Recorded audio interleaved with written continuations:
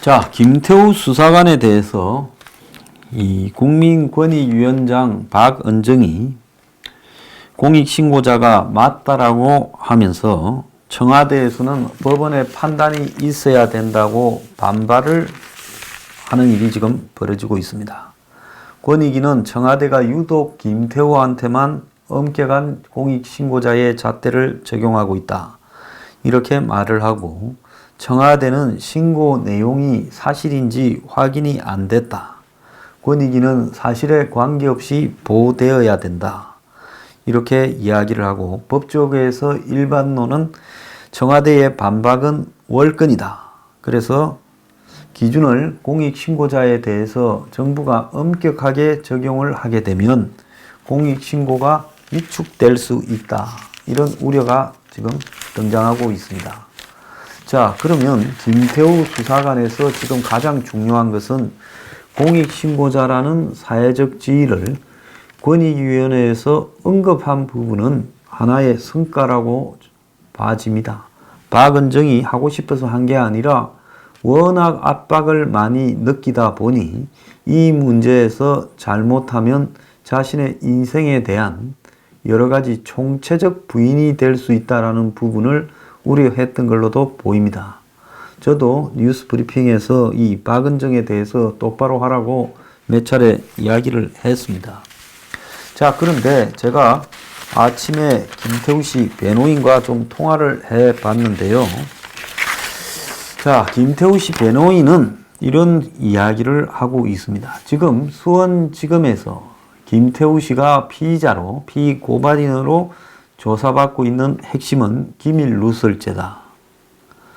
자, 그래서 공익신고자는 이 자신의 어떤 기밀 누설이나 이런 부분이 나중에 법정에 가게 됐을 때 제가 경감될 수 있는 대상은 된다. 근데 지금 김태우 씨가 검찰 출신으로 이 공익신고자이기 때문에 체포나 구속을 면할 수 있는 그런 부분은 지금 아니다. 검찰 수사는 계속해서 이렇게 가능하다는 겁니다. 자, 그래서 지금 김태우의 변호인단은 공익제보자라는 부분의 지위가 인정이 되면 그 자체가 공익을 위해서 이렇게 폭로한 것이지 기밀을 의도적으로 밖에 누설한 범죄 혐의는 이미 그걸로서 빠져나간 것이 아닌가라는 부분에 대한 다툼을 하겠다, 이렇게 말을 하고 있습니다. 근데 청와대는 이 건을 어떤 행태로든지 이 법정으로 갖고 가서 요즘 자신들이 장악해 있는 법정에서 김태우를 이렇게 신분을 이제 처리를 해버리려고 생각을 확고하게 가지고 있습니다.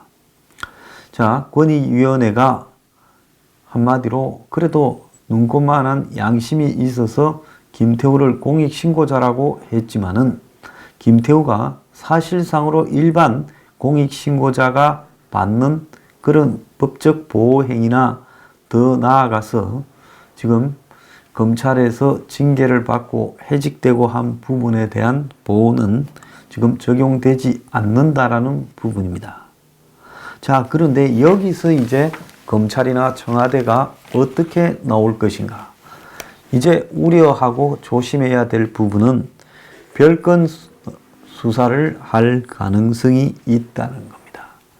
김태우에 대해서 지금까지 나오지 않았던 별건을 들고 나와서 김태우 씨의 신분을 이제 법적으로 구속시키려고 시도할 가능성이 이 후한무치한 정권에는 100% 있다라는 겁니다. 이 정권이 김태우를 얼마나 성가스럽게 생각하느냐라는 부분으로 봤을 때 무슨 짓거리든 할 수 있는 정권이라고 생각합니다. 신재민을 정신병원 폐쇄병동에다가 저렇게 지금 50일 이상 가다 버리는 정권이 뭘 못하겠습니까? 그렇기 때문에 김태우가 공익신고자가 맞다라는 권익위의 발언은 김태우에 대한 도덕적 권위는 올렸을지 모르지만은 실제로 김태우가 법적으로 자기 신분을 보호받는 부분하고는 별 관계가 없을 수 있다라는 부분입니다. 자, 권익위가 지금 청와대와 이 불편한 상황에 놓여져 가고 있는데, 권익위가 김태우를 공익신고자로 인정을 하자 청와대가 아직은 김태우에 대한 사법부의 판단이 내려지지 않아 공익신고자로 볼 수 없다라고 이렇게 이야기를 했습니다. 자, 박은정 권익위원장은 중앙일보에 인터뷰를 했는데, 김 전 수사관이 개인정보보호법 침해와 관련해 공익신고를 했고 그것이 거짓임을 알고 신고했다고 볼 수 없는 이상 법적으로 공익신고자가 맞다. 자, 김태우가 어쨌든 다른 뜻이 있어서 의도적으로 거짓으로 권익위원회에 공익신고라고 했다고 지금 볼 수 없기 때문에 김태우가 말한 내용이 뭐 사실 여부는 나중에 가려지겠지만은 우선 신분은 공익신고자가 맞다라고 이야기를 했습니다. 자, 김태우 신분을 놓고 아마 물밑에서 권익위와 청와대가 많은 조율을 했을 거라고 보는데, 권익위원장은 자신의 양심과 명분으로 볼 때 공익신고자를 인정하지 않는 것은 아마 엄청난 후환이 될 거라고 생각을 해서 내가 옷을 벗더라도 이거는 정리는 해야 되겠다라는 생각을 굳힌 걸로 보입니다. 권익위 관계자는 권익위의 입장은 누가 공익신고를 하든지 공익신고자 보호법에 따라서만 판단하는 것이다. 김 수사관의 허위 신고가 설사 있다 하더라도 현재로서는 그를 공익신고자로 인정해주고 가는 게 맞다. 이렇게 말을 하고요. 청와대는 김태우는 공익신고자가 아니라 공익신고의 적용 대상일 뿐이다. 이렇게 말을 하면서 해석을 권익위와 달리 하고 있습니다. 권익위 내부에서는 왜 청와대가 김태우에만 이렇게 깐깐하게 엄격한 잣대를 들이미느냐고 지금 불만이 고조되고 있습니다.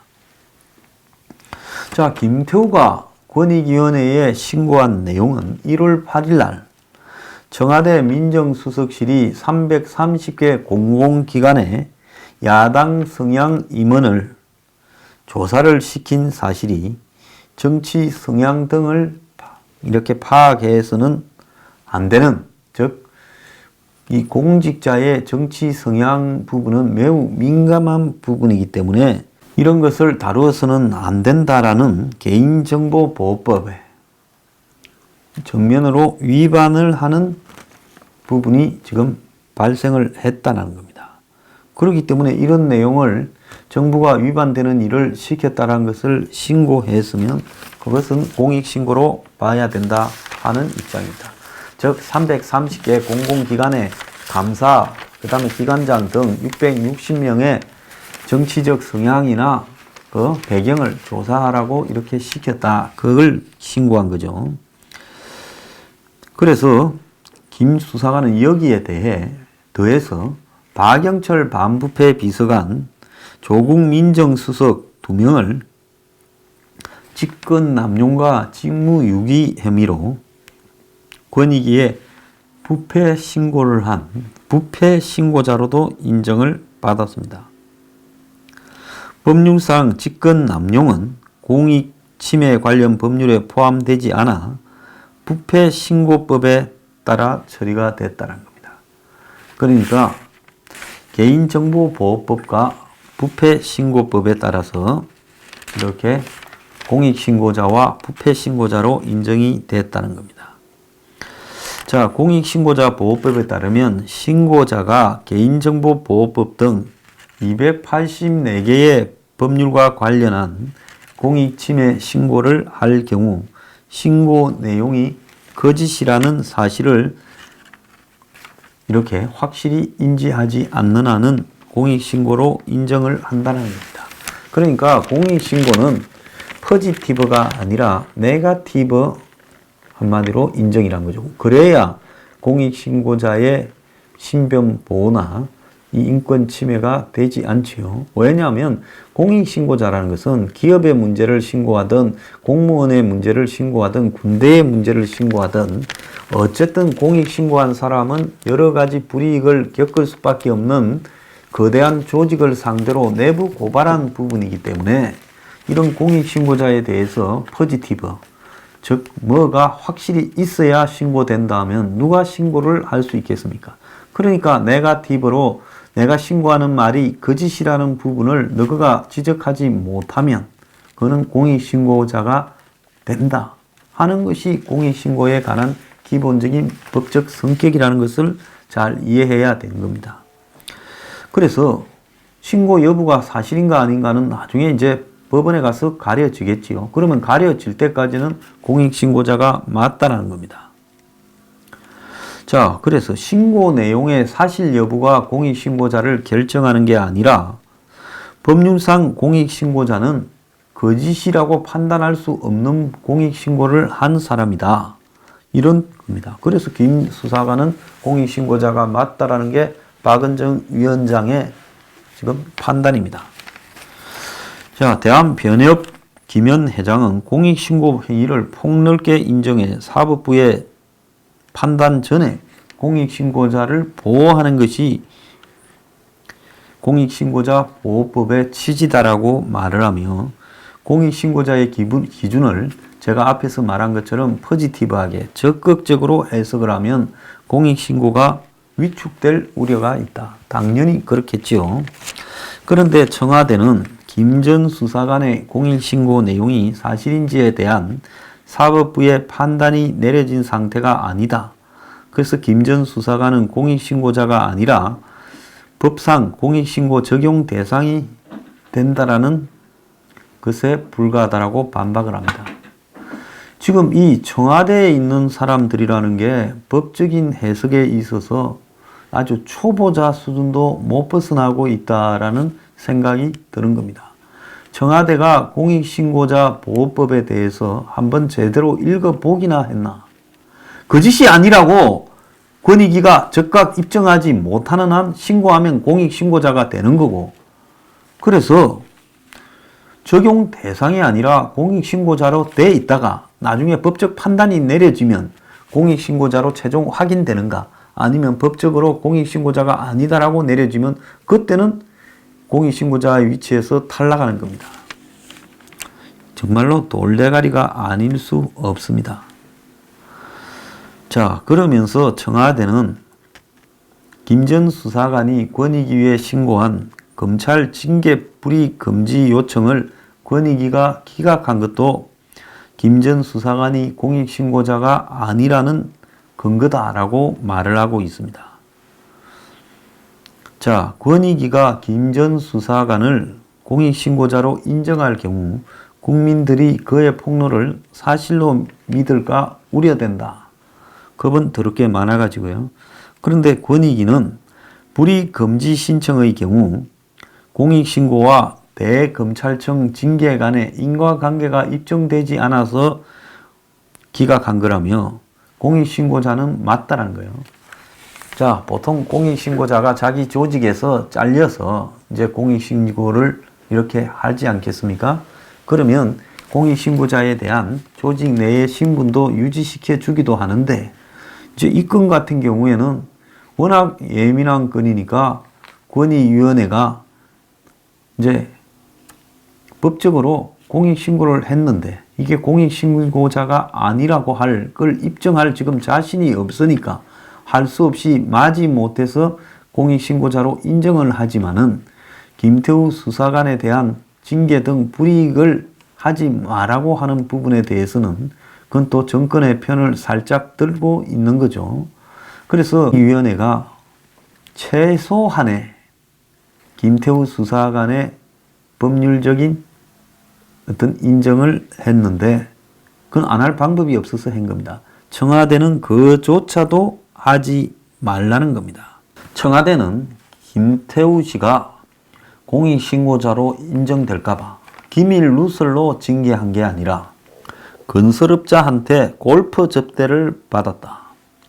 그리고 그가 언론에 부적절한 인터뷰를 했다라고 해서 징계를 했습니다.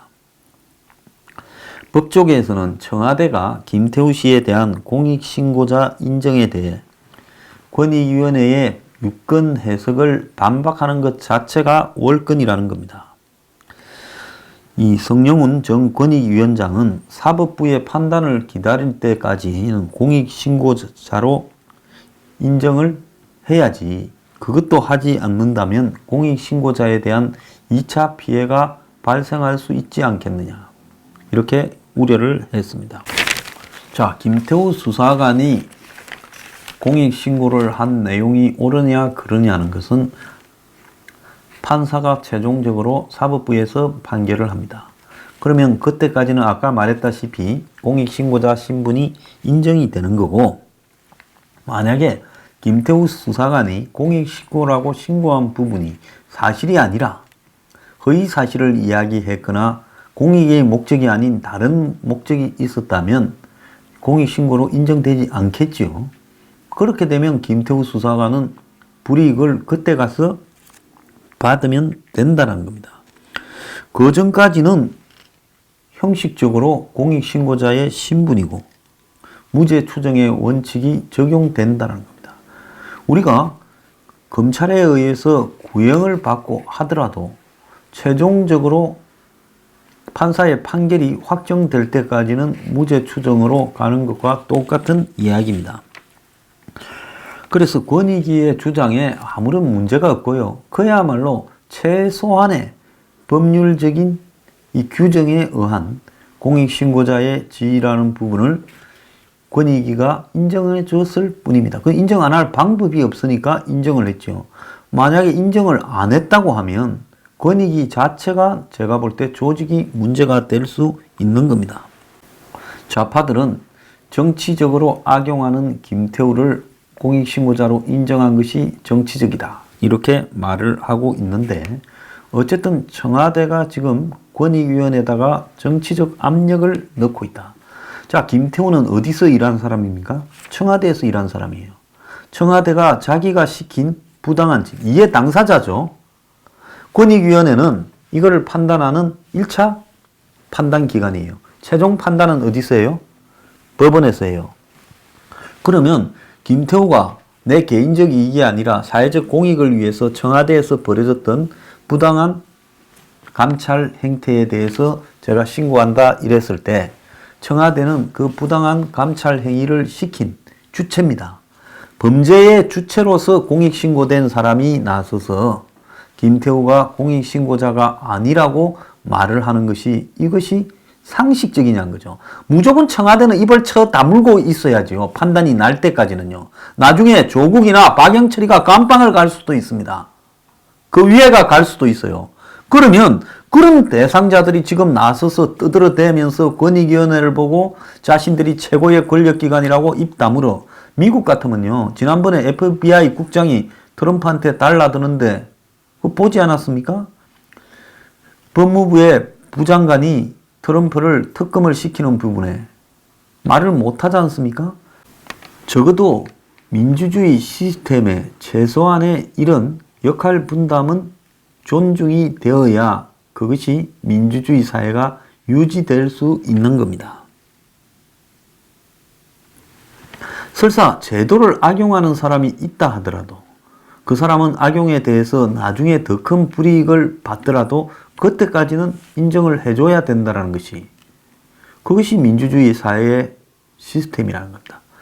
변호사 출신이 대통령을 하는 나라에서, 로스쿨 교수가 민정수석을 하는 나라에서 이렇게 법적인 해석에 대해서 무지할 수 있느냐는 거예요.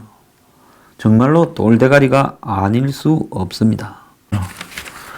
자, 그렇다고 공익신고자가 됐다고 김태우가 보는 이득도 없습니다. 자, 해임 이후에 공익신고에 따른 별도의 불이익을 이렇게 받지 않아 김 전 수사관은 구조금, 즉 권익위원회에서 공익신고자로 인정되면 어떤 사람들은 자신을 지킬 돈을 지원을 받거나 신변보호조치 등도 받는데 이것도 요청하지도 않았고요. 그리고 지금 김태우 수사관이 고발로 시작된 환경부 블랙리스트가 수사 과정에서 사실로 드러날 경우에 공무상 기밀 누설 혐의로 수사를 받고 있는 김 수사관이 이제 향후 재판 과정에서는 매우 유리한 위치가 될 수 있을 가능성은 충분히 있습니다. 자, 김태우 수사관의 이 고발로 시작된 환경부 블랙리스트 수사가요, 청와대 비서관급 인사가 적극적으로 지금 환경부에 12명에 해당되는 마음에 들지 않는 전 정권에 의해서 임명된 사람들을 내쫓는데 역할을 한 정황을 검찰이 확보했다는 겁니다. 환경부 정책보좌관실에 국장 및 과장급 인사를 추적하던 검찰이 청와대 쪽에서 지금 환경부에 대해서 영향력을 행사한 사람으로 비서관급 인사를 지목을 했고, 그래서 환경부 블랙리스트 수사가 청와대의 윗선 개입 규명으로 급물살을 지금 탈 가능성이 있다고 한국일보가 특종으로 보도를 했는데요. 자, 청와대의 김혜애 비서관이 청와대 입성 뒤에 환경부와 산하기관을 오가며 청와대 메신저 역할을 했다, 이렇게 의심받고 있고, 또 금명관 소환 예정인 환경부 장관 정책보좌관실에 노모 전 국장,